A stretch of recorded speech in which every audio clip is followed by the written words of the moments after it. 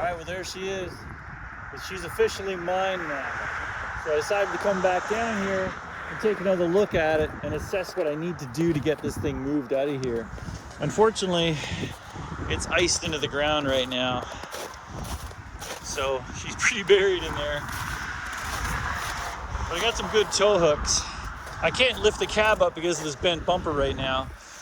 But not only has it got the engine inside of it, but it's also got this 3-cylinder Detroit diesel in here and a couple of giant tanks and I guess some sort of screw compressor in there.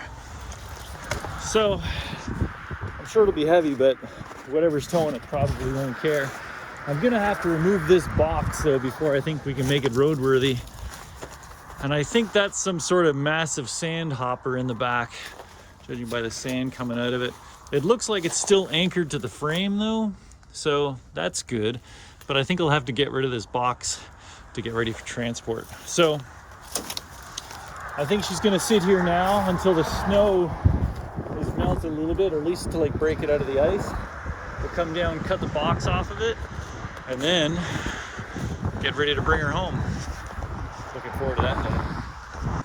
All right, so upon further investigation of the interior, check this out. So I was looking at all these compartments back here, trying to figure out what that was. But I was looking in this one, I was like, what is that? Anyway, all of that debris is dead mice. It's just a pile of bones and fur. Ew. I guess once they jumped in there, they couldn't get back out. Gross. This thing must have stunk forever in here. Looking forward to finding out what other treasures are in these foam remains. Oof. Pretty cool though. It does have a 2-speed rear axle. I don't think we're going to use that, but that's pretty cool. What's in there? Oh, the engine. Got to figure out what that is. Yet. See if we can get that thing turning over for the heck of it. This thing's pretty cool.